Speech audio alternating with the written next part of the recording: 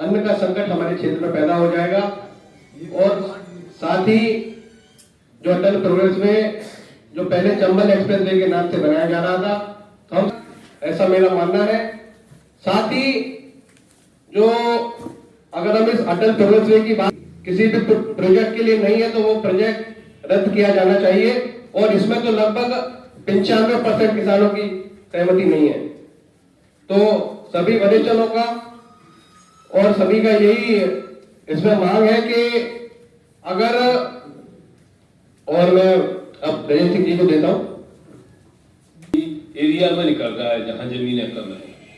तो उस समय जब लोग भूखे मरते थे, आज से 40-50 साल पहले खेती नहीं होती थी, तो ये नहर का चंबल कमांड के नाम से नहर निकली।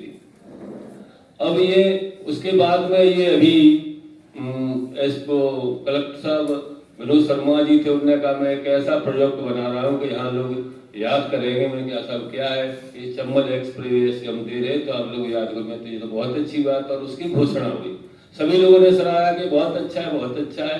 परंतु बाद में जाने क्या हुआ, उसका सर्वे हो गया, मुआवजे की तैयारी थी, और उसके बाद में ये समतल जगह से ये एक्सप्रेस निकाला गया है। हमने लोगों से बात की तो लोगों का हमारा कहना ये कि हम जान दे देंगे पर जमीन नहीं देंगे, और हम पे जो है थोड़ी सा तो हम लोग सीमांत और लघु कृषक के, हम इस जमीन को नहीं देंगे। हम अपनी आने वाली संतान हमें कोसेगी, तो उससे पहले संतान को बचाने के लिए हम अपनी जान देने तैयार है।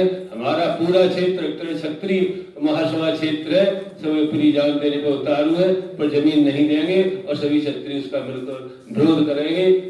यही बात मैं कहना चाहता हूँ। गांवों में गए ना, व्यक्ति अभी बता रहे थे जैसे जिनकी जमीन ली जाती है, जिनको जहां से हटाया जाता है, उन्हें पहले नोटिस दिया। किसानों को विश्वास में नहीं लिया है। हम इसका कड़ा विरोध कर रहे हैं, जगह जगह इसका विरोध हो रहा है। हम किसी कीमत पर अपने किसानों को भूमिहीन नहीं होने देंगे, नहीं होने देंगे। तो सबसे पहले जिनके विकास की बात कर रहे भाई, उनसे तो पूछ लो भाई, कानून के तहत भी नियम है कि इतना किसान सहमत नहीं हुआ तो भूमि का अधिग्रहण नहीं हुआ।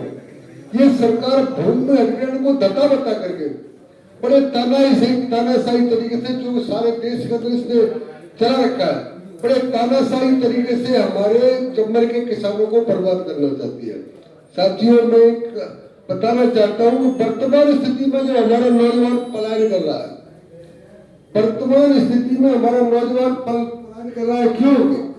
जमीन उतनी पर्याप्त नहीं है।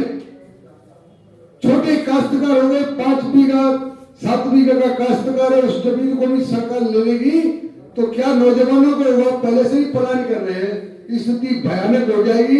एक मैं और बताना चाहता हूं, अभ्यारण्य के नाम पर लेने की कोशिश की, नहीं ले पाए। आपने पूंजीपतियों को देने की कोशिश की, नहीं ले पाए। और अब भी हम संकल्प ले चुके हैं कि सरकार कितनी भी कोशिश कर ले, हमारे चंबल के किसानों ने ये बिल्कुल निर्णय कर लिया है कि जो हमारी रोजी रोटी छीनने का सवाल है तो हम जिंदगी देंगे, लेकिन अपनी जमीन को नहीं जाने देंगे। इसलिए मैं आप सबसे पत्रकार बंधुओं से अनुरोध करता हूं कि विश्व में, भारत में जितने भी अन्याय हुए हैं, जितने भी किसानों के साथ में अन्याय हुए हैं, आपने उनका साथ दिया। और मैं उम्मीद करता हूं, आपसे अपेक्षा करता हूं कि इस सरकार को बात करने में आप हमारा सहयोग करें। प्रेस के माध्यम से आप हमारी आवाज को दिल्ली तक पहुंचाएं, और यहां तक पहुंचाएं कि चंबल और पाली के बीच में से जो अटल वे निकल रहा है, पहले केवल और केवल चंबल के किनारे से निकल रहा था, जहाँ 3 समस्याएं हल हो रही थी। First, erosion of the soil, भूमि कटाव रुक रहा था। तीसरा, बेरोजगारों को जो है पट्टे मिल रहे थे, जिससे समतल जमीन होकर के वो बेरोजगार को दूर करते हैं। अब क्या हो रहा है, उल्टा हो रहा है कि बेरोजगारी बढ़ा रहे हैं, रोजगार को छीन रहे हैं, और किसानों की जो वैसे ही पहले से ही सीमांत कृषक हैं, 2 बीघा वाले, 5 बीघा से नीचे वाले, उनके बच्चे क्या करेंगे? इसलिए मंच के साथियों द्वारा उठाया कदम, आप उनके हित में लड़ाई लड़ें और हम सबको सहयोग दें, यही मैं आपसे अपेक्षा करता हूं। और इसको आप जल्दी से जल्दी जितना ये हाईलाइट कर सकें करें। धन्यवाद।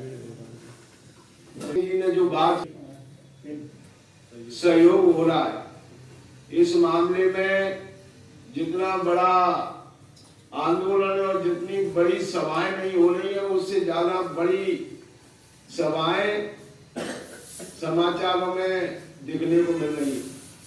लेकिन चूंकि लंबे समय से हम चर्चा कर रहे थे, हमें लगा कि पत्रकार हमको इतना सहयोग किए कर रहे हैं, वो उनकी भी जिम्मेदारी है, क्योंकि वो भी चंबल के बासिंदे हैं।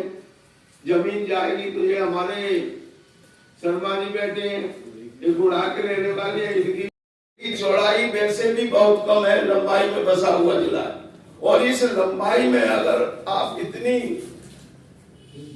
बहुमल खेती को जो है सड़क में, इसका उपयोग मुरैना जिले के किसी भी व्यापारी को नहीं है, आम जनता को इसका कोई फायदा नहीं है। ये विकास की जो बातें कर रहे हैं वो जनता और किसान और गरीब मजदूर को धोखे में रख रहे हैं। क्यों कि इस पे तो कोई चल ही नहीं पाएगा, इस पे तो 120 से 250 किलोमीटर तक की स्पीड के वाहन चलेंगे। इसलिए हम चाहते हैं कि इस एक्सप्रेस वे को या तो पूर्व के सर्वे के उस पर लिया जाए या फिर इसको टोटल रद्द करो। इसकी हमको जरूरत नहीं है। हमारे जाने आने के लिए मुरैना के लोगों को बंबई, दिल्ली, कलकत्ता जाने के लिए ट्रेन है, हाईवे है, सब कुछ है। ठीक है। और मंच पर विराजमान साथियों, पत्रकार से ये घोषणा की गई कि चंबल में कि बिहार में से एक एक्सप्रेस वे बनाया जाएगा। लोग काफी खुश थे कि चलो अच्छी बात है, चंबल की घाटी का विकास होगा। 2013 में विधानसभा चुनाव हुए, उसके बाद 14 में लोकसभा चुनाव हुए, कोई सड़क नहीं बनी। फिर उसके बाद दोबारा से रिटेट किया उन्होंने। फिर उन्होंने कहा कि हम 18 में जाके कि हम चंबल एक्सप्रेस वे बनाएंगे, कोई एक्सप्रेस वे नहीं बना। विधानसभा चुनाव हो गए, लोकसभा चुनाव हो गए, जनता के वोट उनको मिल गए। उसके बाद फिर उन्होंने ये कहा कि नहीं, अब हम दोबारा से इसको करेंगे और अटल प्रोग्रेस वे के नाम से सड़क बनाई जा रही है। तो ये जो वर्तमान में जो स्थिति है वो स्थिति ये है कि इसमें जो जमीन जा रही है किसानों की, वो बेशकीमती जमीन है, बहुफसली जमीन है, समतल जमीन है और सिंचित जमीन है।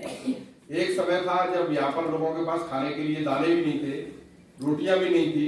आप जानते हैं, आप सब लोग चंबल के ही हैं। कहते जब मेहमान आते तब कभी गेहूं की रोटी बनती थी, भलगिया इसको कहते थे लोग। बच्चे तरसते थे कि अब एक रोटी हमको भी मिल जाए। लेकिन ये चंबल नहर निकलने के बाद ये डेवलपमेंट हुआ। आज हम लोग देखते हैं कि ये इलाका जो डकैत प्रभावित क्षेत्र था, अब उसमें फसलें लहरा रही हैं, लोग अच्छा विकास किए हुए हैं, अच्छी फसल पैदा कर रहे हैं। अब सरकार उन फसलों को रौंदते हुए सर्वे कर रही है। अभी जो सर्वे हुआ है उसमें गेहूं की कड़ी की फसल में से और सरसों की कड़ी की फसल में सर्वे किया गया है। हमने इसको आपत्ति ली थी इस बात पर कि आप खड़ी फसल को क्यों रौंद रहे हैं, एक बात। दूसरी बात ये है कि आज तक सरकार ने ये नहीं कहा है कि वो मुआवजा कितना देंगे, किस किसान की जमीन ली जा रही है, किसी किसान को कोई व्यक्तिगत नोटिस नहीं दिया गया है। कुल मिलाकर के सब इस तरह से कार्रवाई की जा रही है जिस तरह से कोई डकैती डाली जा रही है या कोई लोगों को भ्रम में रखा जा रहा है या लोगों को धोखे में रखा जा रहा है। कुल मिलाकर के किसानों की जमीन को लूट करके और कॉर्पोरेट कंपनियों को देने की तैयारी है। सबसे बड़ी बात यह है कि चंबल के बिगड़ की जो जमीन है, 10 लाख हेक्टेयर जो जमीन है, वो जमीन कैसे भी कॉर्पोरेट्स को देना है। माननीय मुख्यमंत्री जी ने बोला था कि जिस पर भी कॉर्पोरेट उंगली रख देंगे 24 घंटे के अंदर उस जमीन का अलॉटमेंट उनको कर दिया जाएगा। उन्होंने कोशिश भी की थी। यहाँ पर 5 कंपनियों को जमीन उनको दे चुके हैं 2008 में, लेकिन किसानों ने आंदोलन किए, कब्जा नहीं होने दिया। अंत में वो पट्टे 5 साल बाद रद्द हुए। आप सबको मालूम है पूरी कहानी। अब ये फिर दोबारा से नए सिरे से ये कोशिश कर रहे हैं हम लोग खेती को बचाने के लिए, जमीन को बचाने के लिए और दूसरी इज्जत को बचाने के लिए। मुरैना जिले के लगभग 1 लाख नौजवान सभी तहसीलों के बाहर जाके मजदूरी करते हैं। यहाँ पर कोई उद्योग नहीं है, कोई धंधा नहीं है, कोई कारोबार नहीं है। हमारे सवलगढ़ से ही 22,000 लड़के बाहर मजदूरी करने जाते हैं। और अब इसके बाद ये भूमिहीन किसान हो जाएंगे तो फिर ये संख्या 1 लाख से 3 लाख पर पहुंच जाएगी। तो कुल मिलाकर के लोगों को बेरोजगार करना, लोगों को मतलब मजदूर बनाना और एक तरीके से उनको रिक्शा चलाने के लिए मजबूर करना, ये कोशिश सरकार की तरफ से की जा रही है। दूसरी बात यह है कि जो कानून बोलता है वो कानून ये है कि अगर किसान आपत्ति कर रहे हैं तो उनकी सुनवाई की जाए। कोई चौपाल पर सुनवाई नहीं हो रही, कोई किसानों की बात नहीं सुनी जा रही। जौरा के अंदर 629 किसानों ने आपत्ति दी है कि हमको ये सड़क परियोजना नहीं चाहिए। सबलगढ़ में लगभग 650 किसानों ने आपत्ति दी है कि हमको ये सड़क परियोजना नहीं चाहिए। अम्बा के अंदर, कोरसा के अंदर, सभी जगह मुरैना के अंदर किसान आपत्तियां दे रहे हैं, लेकिन कोई सुनवाई नहीं हो रही, कोई व्यक्तिगत नोटिस नहीं दिए जा रहे। उसमें बाकायदा ये सब चीजें हैं कानून के अंतर्गत, और आज तक ये निर्णय नहीं है कि वो कितना मुआवजा देंगे, क्या मुआवजा देंगे। वो कह रहे हैं कि हम दुगना मुआवजा देंगे, सरकारी रेट से दुगना मुआवजा देंगे। आप सब जानते हैं जमीन की कीमत क्या है। कहीं भी जमीन 15 लाख 20 लाख रुपए बीघा से कम नहीं है, और वो अगर दुगने मुआवजे की बात करें 3 लाख रुपए मुआवजा मिलेगा किसान को। कुल मिलाकर के किसानों की जमीन को हड़पने की तैयारी है, कॉर्पोरेट्स को देने की तैयारी है। इसीलिए किसानों ने इसका जोरदार विरोध करने का निर्णय लिया है।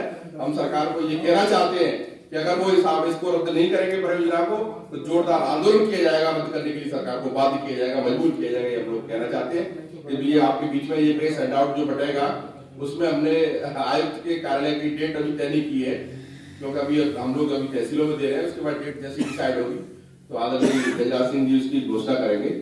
मैं उनको आमंत्रित करता हूं।